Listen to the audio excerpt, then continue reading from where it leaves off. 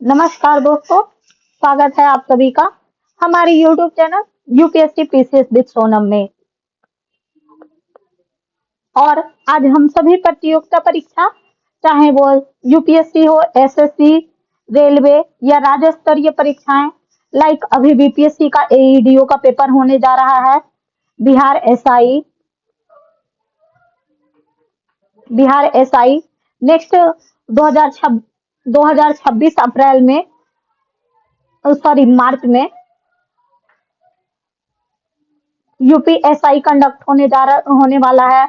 और साथ ही आरओ इन सभी के लिए एक इम्पोर्टेंट सेशन है, जहां पे हम सामान्य ज्ञान से संबंधित 50 एमसीक्यू का 50 एमसीक्यू का अभ्यास करेंगे। यह सेशन आपकी तैयारी को मजबूत करने के लिए डिजाइन किया गया है, तो नोटबुक और पेपर तैयार रखिए। और हाँ, हर सवाल का जवाब कमेंट बॉक्स में देना नहीं भूलिएगा। तो चलिए शुरू करते हैं आज का हमारा ये सेशन। इससे पहले एक इम्पोर्टेंट अपडेट आप सभी के लिए ये है कि हमारी अपकमिंग क्लासेस है नवंबर मंथ करेंट अफेयर्स, जिसमें हम नवंबर मंथ के पूरे करेंट अफेयर्स को 3 से 4 क्लासेस में मैं कंप्लीट करवाने की कोशिश करूंगी। और इस सेशन का मैक्सिमम लेंथ होगा 40 मिनट। तो यानी कि टोटली 2 घंटे में आपका पूरे नवंबर मंथ का करेंट अफेयर्स तैयार हो जाएगा। और साथ ही हमारा एक रनिंग सेशन है एनसीईआरटी पॉलिटी 6 to 12 का। अगर आप हमारे अगर आप हमारे ये सीरीज देखना चाहते हैं तो आप कृपया कर हमारे ऑफिशियल चैनल के प्लेलिस्ट में जाकर के क्लास 6 to 9 तक की सारी क्लासेस देख सकते हैं। तो चलिए शुरू करते हैं आज का हमारा ये सेशन। और आज का हमारा पहला प्रश्न है, संघाई सहयोग संगठन के संबंध में निम्नलिखित कथनों में से कौन सा कथन सही है। एससीओ का आधिकारिक भाषा रूसी और चीनी है। एससीओ की संयुक्त राष्ट्र महासभा में प्रेक्षक का दर्जा प्राप्त है। एससीओ में 13 सदस्य शामिल है। तो इसमें से पूछा है कि सही कथन का चुनाव करना है। केवल एक और तीन, एक और दो, दो और तीन, या उपरोक्त में से कोई नहीं। ऑलमोस्ट सॉरी, इस आंसर को हमें हटा देते हैं। सही है, एससीओ की आधिकारिक भाषा रूसी और चीनी है। एससीओ को संयुक्त महासभा में पर्यवेक्षक का दर्जा प्राप्त है। कथन 2 भी सही है। वहीं एससीओ में 13 सदस्य नहीं, बल्कि वर्तमान में 10 सदस्य हैं, जिसमें से बेलारूस, भारत, ईरान, कजाकिस्तान,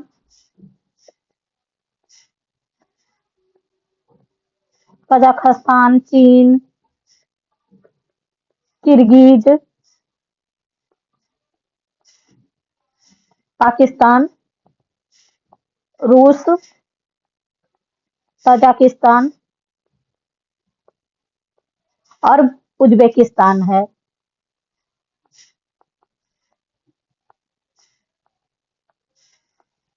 और इसकी स्थापना 15 जून 2001 को किया गया था। और इसके स्थायी निकाय बीजिंग और ताशकंद में है।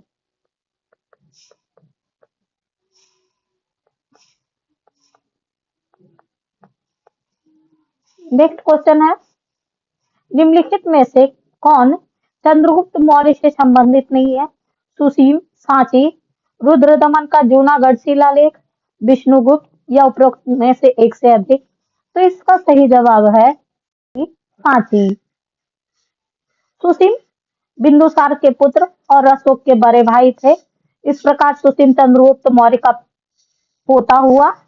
वहीं रुद्रदमन का जूनागढ़ शिलालेख का डायरेक्ट संबंध चंद्रगुप्त मौर्य से है, क्योंकि सुदर्शन झील के निर्माण का उल्लेख, जिसका निर्माण चंद्रगुप्त मौर्य के राज्यपाल वैश्य पुष्पगुप्त द्वारा किया गया था। वहीं विष्णुगुप्त चंद्रगुप्त मौर्य का दूसरा नाम है, जबकि सांची बौद्ध स्तूप है।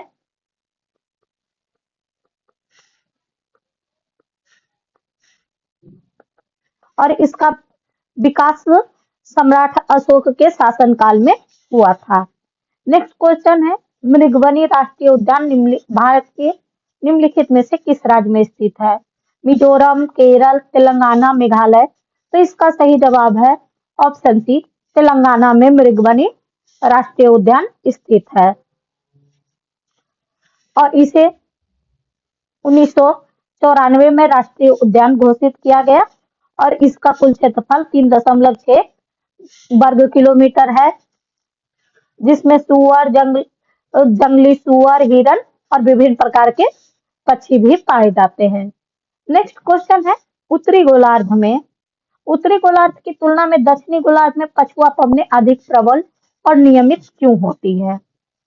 तो क्यों होती है? विशाल भूभाग के बहुतायत या प्रभुत्व के कारण, क्योंकि दक्षिणी गोलार्ध में कोरियोलिस बल कम होता है, भूमध्य रेखीय निम्न दाब पेटी के निकट होने के कारण, या विशाल महासागरीय विस्तार और अपेक्षाकृत कम स्थलीय अवरोध के कारण। तो इसका सही जवाब है ऑप्शन डी, विशाल महासागरीय विस्तार और अपेक्षाकृत कम स्थलीय अवरोध के कारण उत्तरी गोलार्ध की तुलना में दक्षिणी गोलार्ध में पछुआ पवनें अधिक प्रबल और नियमित होती हैं। नेक्स्ट क्वेश्चन है, अपचायक के रूप में कार्बन का उपयोग करके निम्नलिखित में से किस धातु को निष्कर्षित किया जा सकता है? जिंक, चांदी, सोना, एल्यूमिनियम। तो इसका सही जवाब है ऑप्शन ए। उच्च ताप पर कार्बन अपचायक की भांति कार्य करता है और कोई धातु अपने ऑक्साइड से एक अपचायक की उपस्थिति में अथवा अत्यंत सक्रिय धातु की उपस्थिति में निष्कर्षित किया जा सकता है। जिंक अपने ऑक्साइड से कोह की उपस्थिति से निष्कर्षित किया जाता है, जो कि एक अपचायक है। नेक्स्ट क्वेश्चन है, कोरियोलिस प्रभाव अधिकतम होता है भूमध्य रेखा पर, ध्रुवों पर, कर्क रेखा पर या मकर रेखा पर? तो इसका सही जवाब है ऑप्शन बी, ध्रुवों पर। कोरियोलिस बल पृथ्वी के घूर्णन के कारण एक आभासी बल है और यह ध्रुवों पर अधिकतम होता है, वहीं भूमध्य रेखा पर शून्य होता है। नेक्स्ट क्वेश्चन है, निम्नलिखित में से कौन सा युग्म सही सुमेलित है? गर्म जलधारा, लिब्राडोर की जलधारा, ठंडी जलधारा, कुरोशिया जलधारा, गर्म जलधारा, गल्फ स्ट्रीम जलधारा, ठंडी जलधारा, अगुलहास जलधारा।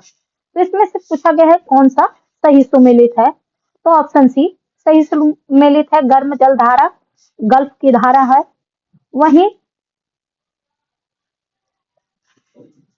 तो ठंडी जलधारा है कुरेशिया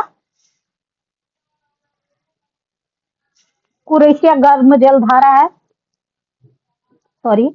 गर्म जलधारा है और वहीं अगलुहास भी गर्म जलधारा है और यह दक्षिण पूर्व में हिंद महासागर के साथ दक्षिण की ओर से प्रवाहित होती है, वहीं क्यूरेशिया फिलीपींस, ताइवान, जापान के उत्तर से प्रवाहित होती है और लेब्राडोर जलधारा में विश्व का सबसे समृद्ध मछली पकड़ने का क्षेत्र है। नेक्स्ट क्वेश्चन है, तारों के बीच की दूरी को मापने के लिए प्रयुक्त इकाई है प्रकाश वर्ष, खगोलीय इकाई, मील या किलोमीटर? तो इसका सही जवाब है, तारों के बीच दूरी मापने की प्रयुक्त इकाई है प्रकाश वर्ष और प्रकाश वर्ष 3×10⁸ मीटर पर सेकंड की गति से चलता है, वहीं खगोलीय इकाई सूर्य और पृथ्वी के बीच की औसत दूरी मापता है, सूर्य और पृथ्वी की औसत दूरी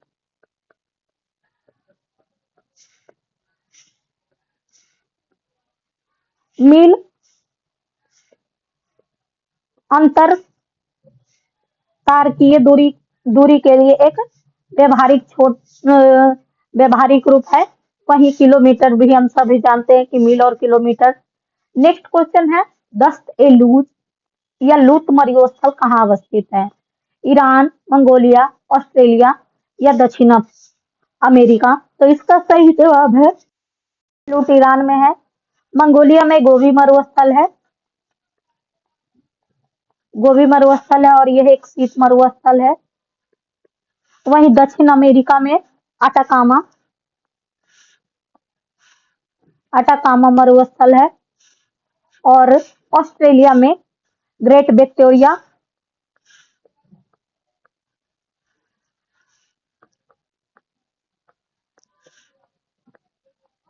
सिम्पसन, ग्रेट सैंडी और गिब्सन मरुस्थल है। नेक्स्ट क्वेश्चन है, विश्व की सबसे गहरी झीलों में से एक तंगानिका झील किसके मध्य अवस्थित है? तंजानिया और कांगो गणराज्य, केनिया और युगांडा, जाम्बिया और मालवी, सूडान और यूथोपिया। तो इसका सही जवाब है विश्व की सबसे गहरी झीलों में से एक तंगानिका झील किसके मध्य अवस्थित है? तंजानिया और कांगो गणराज्य, केनिया, युगांडा, जाम्बिया और मालवी, सूडान और यूथोपिया। गांडिया, युगांडा, जाम्बिया, मालवी, सूडान और इथियोपिया। तो इसका सही जवाब है ऑप्शन ए, तंजानिया और कांगो गणराज्य में तंगानिका झील स्थित है। इसके सीमावर्ती है तंजानिया, कांगो गणराज्य, बुरुंडी और जाम्बिया।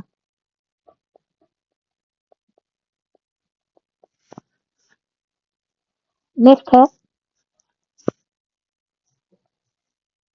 में से कौन सी ठंडी महासागरीय धारा दक्षिण अमेरिका के पश्चिमी तट के साथ प्रवाहित होती है और समृद्ध मत्स्य पालन को प्रोत्साहन करती है? बेंगुएला धारा, पेरू धारा, कैलिफोर्निया धारा, यो क्यूरेशिया धारा। तो इसका सही जवाब है ऑप्शन बी, पेरू हम्बोल्ट की धारा।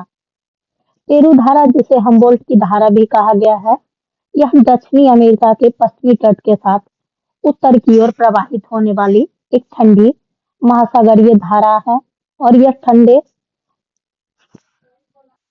पोषक तत्वों से भरपूर जल को ऊपर उठाती है, जिससे विश्व के सबसे समृद्ध मत्स्य पालन के मैदान को प्रोत्साहन मिलता है। वहीं वेनेजुएला की धारा दक्षिण अफ्रीका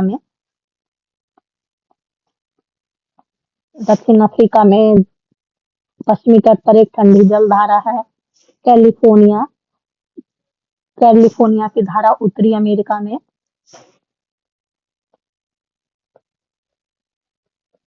और क्यूरेशिया जापान की गर्म जल धारा है।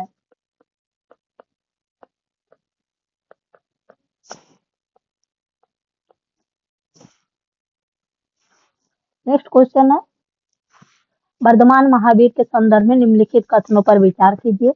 उनके पिता सिद्धार्थ जात्रिक क्षत्रिय वंश के थे। उनकी माता त्रिशाला वैशाली के शक्तिशाली लिच्छवी शासक चेटक की पुत्री थी। महावीर का जन्म स्थल कुंडग्राम था। उपयुक्त में से कितने कथन सही है? केवल एक और दो, एक और तीन, केवल एक, उपयुक्त में से सभी। तो इसका सही जवाब है कथन एक और कथन तीन सही है। वही कथन तीन, उनकी माता त्रिशाला वैशाली के शक्तिशाली लिच्छवी शासक चेटक की पुत्री नहीं बल्कि बहन थी। तो इसलिए ऑप्शन तो गलत है। तो इसमें ऑप्शन ए भी एलिमिनेट हो गया, ऑप्शन डी भी एलिमिनेट हो गया। तो हमारे पास 50-50 का सीन बनता है। और जैसा कि हम सभी जानते हैं कि महावीर का जन्म 540 ईसा पूर्व कुंडलग्राम में हुआ था। वहीं उनकी मृत्यु 468 ईसा पूर्व हुआ था। नेक्स्ट क्वेश्चन है, निम्नलिखित में से कौन सा कर्नाटक वंश का अंतिम शासक था? नान्यदेव, गंगदेव, नरसिंहदेव या हरि सिंह देव। तो इसका सही जवाब है ऑप्शन डी, हरि सिंह देव। कर्नाटक वंश के अंतिम शासक थे और उनका शासनकाल गयासुद्दीन तुगलक के आक्रमण के साथ ही समाप्त हो गया और जिसके बाद इस वंश का पतन हो गया और नान्यदेव इसके संस्थापक थे। वही गंगदेव नान्यदेव के गंगदेव पुत्र थे और गंगदेव के उत्तराधिकारी थे नरसिंह देव। नेक्स्ट क्वेश्चन है, 1939 के अंबारी सत्याग्रह का नेतृत्व निम्नलिखित में से किसके द्वारा किया गया था? यदुनंदन शर्मा, राहुल सांकृत्यायन, स्वामी विद्यानंद, वल्लभ भाई पटेल। तो इसका सही जवाब है राहुल संकृतायन ने इसका नेतृत्व किया था। अंबारी सत्याग्रह 1739 में राहुल संकृतायन के नेतृत्व में हुआ था। इस सत्याग्रह के दौरान उन्हें झूठे मुकदमे में फंसाया गया और 6 माह की उन्हें जेल भी हुई। वही स्वामी विद्यानंद का संबंध, स्वामी विद्यानंद किसान नेता थे, किसान आंदोलन के नेता थे, और यदुनंदन शर्मा का भी संबंध किसान किसान सभा आंदोलन से था। नेक्स्ट क्वेश्चन है, बिहार में कौन निम्नलिखित में से बिहार की कौन सी महिला क्रांतिकारी इंडियन नेशनल आर्मी की महिला शाखा में शामिल हुई? सुचेता कृपलानी, अरुणा आसफ अली, आशा सहाय या उषा मेहता? तो इसमें सही जवाब है आशा सहाय। आशा सहाय क्रांतिकारी इंडियन नेशनल आर्मी की महिला शाखा में शामिल हुई थी और आईएनए के समर्थन में महिलाओं को संगठित करने के लिए भी काम किया था। नेक्स्ट क्वेश्चन है, बिहार का पहला हिंदू अखबार कौन सा था? नूरुल अनवर, बिहार बंधु, बिहार हेराल्ड, नूरुल इस्लाम? तो इसका सही जवाब है ऑप्शन ए, नूरुल अनवर। यह बिहार का पहला उर्दू समाचार पत्र था और इसका प्रकाशन आरा में प्रारंभ हुआ था। वही बिहार बंधु पहला हिंदी समाचार पत्र था।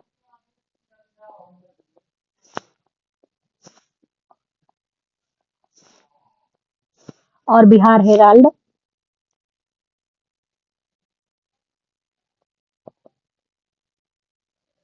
प्रथम हिंदी समाचार पत्र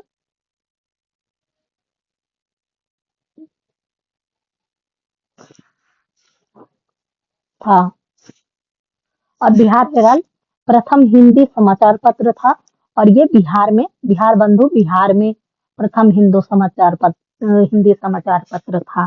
नेक्स्ट है, 1857 के दौरान अविभाजित बिहार में विद्रोह की प्रथम घटना कहाँ घटित हुई? पटना, रोहिणी, जगदीशपुर या मुजफ्फरपुर? तो इसका सही जवाब है ऑप्शन बी, रोहिणी देवघर में, जो वर्तमान में अब झारखंड में पड़ता है, इसीलिए कहा गया है कि अविभाजित बिहार में। नेक्स्ट क्वेश्चन है, बिहार की झीलों के संबंध में निम्नलिखित कथनों पर विचार करें। घोरा कटोरा झील राजगीर में स्थित है, सिमरी झील सहरसा में स्थित है, पिपरा मन झील बेतिया में स्थित है। उपयुक्त में से कितने कथन सही है? केवल एक, यानी कि सिर्फ एक कथन सही है, केवल दो, यानी दो कथन सही है, तीनों या इनमें से कोई नहीं? तो इसका सही जवाब है ऑप्शन ए सही है और कथन एक सही है, कथन दो सही है और वही कथन तीन पिपरामन झील बेतिया में नहीं बल्कि मोतिहारी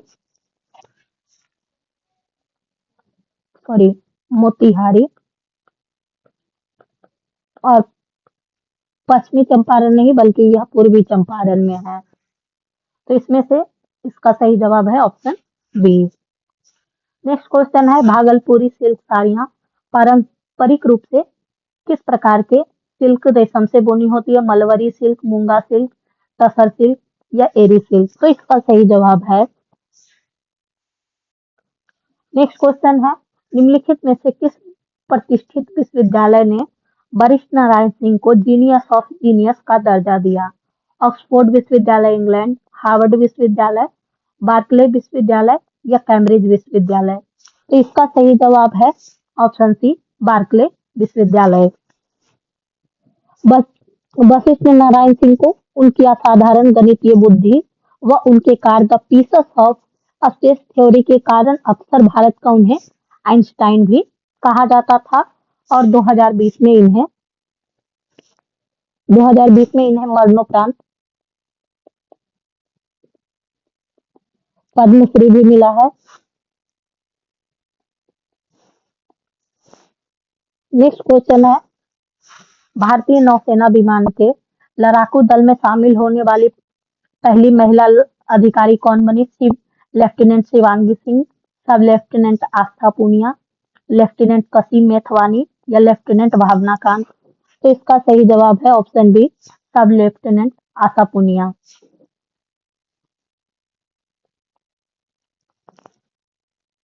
नेक्स्ट क्वेश्चन है,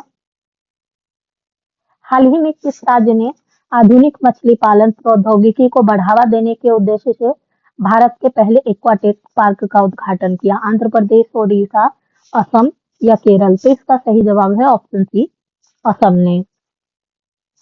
नेक्स्ट क्वेश्चन है, हाल ही में रेलवे सुरक्षा बल की पहली महिला निदेशक किसे नियुक्त किया गया है? सोनाली मिश्रा, गीता बत्रा, यशस्वी सोलंकी या रश्मि शुक्ला? तो इसका सही जवाब है सोनाली मिश्रा के। नेक्स्ट क्वेश्चन है, विश्व धरोहर समिति या वर्ल्ड हेरिटेज कमेटी के किस सत्र में भारत के मराठा सैन्य परिदृश्य को यूनेस्को की विश्व धरोहर सूची में शामिल किया गया? 45वां सत्र, 46वां सत्र, 47वां सत्र या 48वां सत्र? तो इसका सही जवाब है 48वां सत्र में। जुलाई 2024 में पेरिस में इस सत्र का आयोजन किया गया था। भारत के मराठा सैन्य परिदृश्य को यूनेस्को की विश्व धरोहर सूची में शामिल किया गया। वहीं मोईदम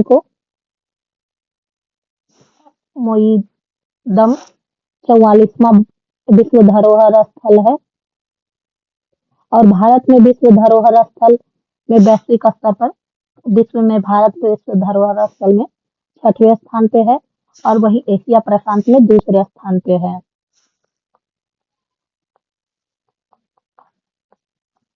तो दोस्तों, आज का हमारा ये सेशन यहीं पे समाप्त होता है। मुझे उम्मीद है आपको इस सेशन से बहुत कुछ सीखने को मिला होगा और आपने बहुत कुछ सीखा भी है। तो कृपया कर अपना स्कोर, आपने कितने क्वेश्चन सही किए हैं, इसे कमेंट बॉक्स में कमेंट करना ना भूले। Thank you for watching. पढ़ते रहें, आगे बढ़ते रहें।